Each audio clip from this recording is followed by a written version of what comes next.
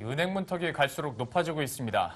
대출 금리는 오르고 대출 심사는 깐깐해지고 있기 때문인데요. 그나마 대출 조건이 좋았던 보금자리론도 취급 기준이 대폭 강화됐습니다. 결국 집을 장만하려는 서민들이 대출받기가 더욱 힘들어질 전망입니다. 권순우 기자가 보도합니다.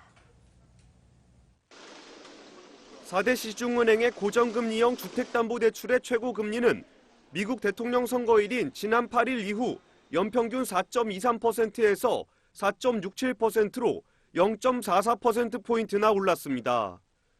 고정금리형 대출과 연동된 금융채 5년물 금리는 최근 한 달 동안 0.4%나 올라 2.16%를 넘어섰고 변동금리의 기준이 되는 코픽스도 2달 연속 상승해 1.41%를 기록했습니다.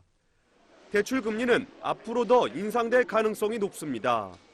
미국의 금리 인상이 12월에 있을 가능성이 상당히 높고요. 미국 대통령으로 당선된 트럼프의 정책이 구체화되는 과정에서 재정지출 확대에 대한 우려가 생기면은 그것이 국내 시중금리, 국내 대출금리에 영향을 주는 그러한 상황이 재현될 가능성이 아직은 남아있는 것 같고요.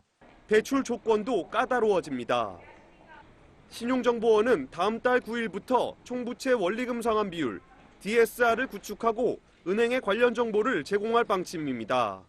현재 주택담보대출을 할 때 적용되는 DTI는 신규로 받는 대출에 대한 원리금 상환을 따져 한도를 정하지만 DSR은 주택담보대출 외에 신용대출 등 기존 빚을 모두 따져 평가하기 때문에 훨씬 깐깐해질 수밖에 없습니다.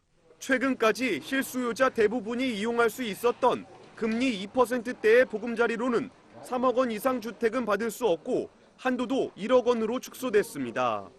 또 대출자의 연소득이 부부 합산 6천만 원 이하로 한정돼 사실상 서울에서 아파트를 살 때는 이용할 수가 없습니다.